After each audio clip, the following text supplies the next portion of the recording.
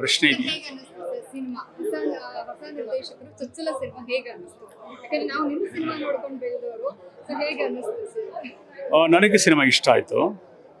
ಮೊದಲು ಕವಿರಾಜಿಗೆ ಥ್ಯಾಂಕ್ಸ್ ಹೇಳಬೇಕು. ಕವಿರಾಜ್ ಗಮನಕ್ಕೆ ಸೆಳೆಯದೇ ಇದ್ದರೆ ಈ ಸಿನಿಮಾ ನಮ್ಮ ಕಣ್ತಪ್ಪಿ ಹೋಗ್ತಿತ್ತು. ಎಂಥ ಸ್ಥಿತಿಲಿ ಇದ್ದೀವಿ ನಾವು ಅಂದರೆ, ವಾರ ವಾರ ಸಿನಿಮಾಗಳ ಪ್ರವಾಹ ಶುರುವಾಗಿ 10 ಸಿನಿಮಾ ಬರೋದ್ರಿಂದ ಯಾವ ಸಿನಿಮಾ ನೋಡಬೇಕು, ಯಾವ ಸಿನಿಮಾ ಬಿಡಬೇಕು ಅನ್ನೋದು ತೀರ್ಮಾನ ಮಾಡೋದ್ರೊಳಗಡೆ ಹೊಸ 10 ಸಿನಿಮಾ ಬಂದಿರುತ್ತೆ.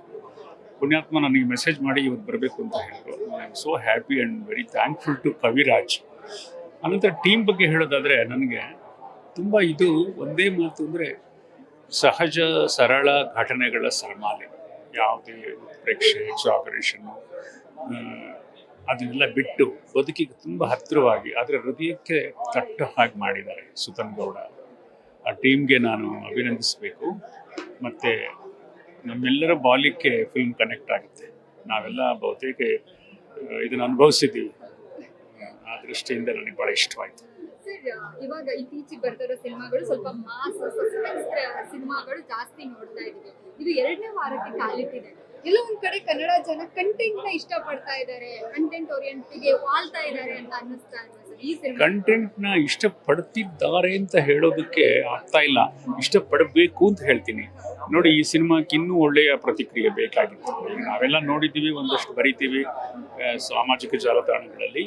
ಆದರೂ ಇನ್ನೂ ಹೆಚ್ಚು ಪ್ರೇಕ್ಷಕರು ಬರಬೇಕು, ಅದು ನನ್ನ ಅಪೇಕ್ಷೆ. ಯಾಕೆಂದರೆ ಎಲ್ಲ ಥರದ ಚಿತ್ರಗಳು ಆಗಬೇಕು. ಬರೀ ಒಂದು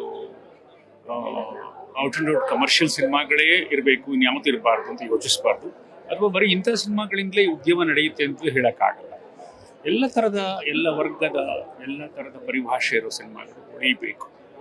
ಒಲವಾರ ಖಂಡಿತವಾಗಿ ಇತ್ತೀಚೆಗೆ ಬಂದ ಚಿತ್ರಗಳಲ್ಲಿ ತುಂಬ ಹೃದಯ ಸ್ಪರ್ಶಿಯಾದ ಮತ್ತು ತುಂಬ ಸಹಜತೆಯಿಂದ ಕೂಡಿರುವಂಥ ಸುಂದರವಾದ ಚಿತ್ರ. ಇದಕ್ಕೆ ಹೆಚ್ಚಿನ ಪ್ರೇಕ್ಷಕರ ಪ್ರೋತ್ಸಾಹ ಸಿಗಲಿ ಅಂತ ಹೇಳಿ ನಾನು ಆಶಿಸ್ತೇನೆ, ತಂಡವನ್ನು ಅಭಿನಂದಿಸ್ತೇನೆ. ನೀವು ಒಬ್ಬರು ನಿರ್ದೇಶಕರು, ನಿಮ್ಮ ಎಲ್ಲಾ ಸಿನಿಮಾಗಳು ಫ್ಯಾಮಿಲಿ ಎಲ್ಲರೂ ಕೂತು ಅಂದ್ರೆ ಇಡೀ ಕುಟುಂಬ ಕೂತು ನೋಡುವಂತ ಸಿನಿಮಾಗಳು ನೀವು ಮಾಡ್ತಾ ಇದ್ದೀರಾ ಸಿನಿಮಾ. ಒಬ್ಬ ಹೊಸ ನಿರ್ದೇಶಕ ಚಂದನವನಕ್ಕೆ ಕಾಲಿಟ್ಟಿದ್ದಾರೆ, ಅವ್ರಿಗೆ ಏನ್ ಸಲಹೆ ಕೊಡ್ತಾರೆ? ನಾವೆಲ್ಲ ಈ ಥರದ ಪ್ರಯತ್ನಗಳ ಮೂಲಕವೇ ಕೆಲಸ ಮಾಡ್ಕೊಂಡು ಬಂದವರು. ನನ್ನ ಕೊಟ್ರೇಶ ಕನಸು ಸ್ವಲ್ಪ ಈ ಥರದ ಜಾನ್ರ, ಬಾಲಕನ ಒಳತೋಟಿ ಸಮಸ್ಯೆ, ಆದರೆ ಅದರಲ್ಲಿ ಸ್ವಲ್ಪ ಬೇರೆ ಜಾತಿ ವ್ಯವಸ್ಥೆಯ ಬಗ್ಗೆ ವ್ಯಾಖ್ಯಾನ ಇತ್ತು. ಅದರಿಂದ ಪ್ರತಿ ನಿರ್ದೇಶಕನು ಇಂಥದ್ದೊಂದು ಪ್ರಯೋಗವನ್ನು ಮಾಡ್ತಿರ್ತಾರೆ. ಮಾಡಬೇಕು.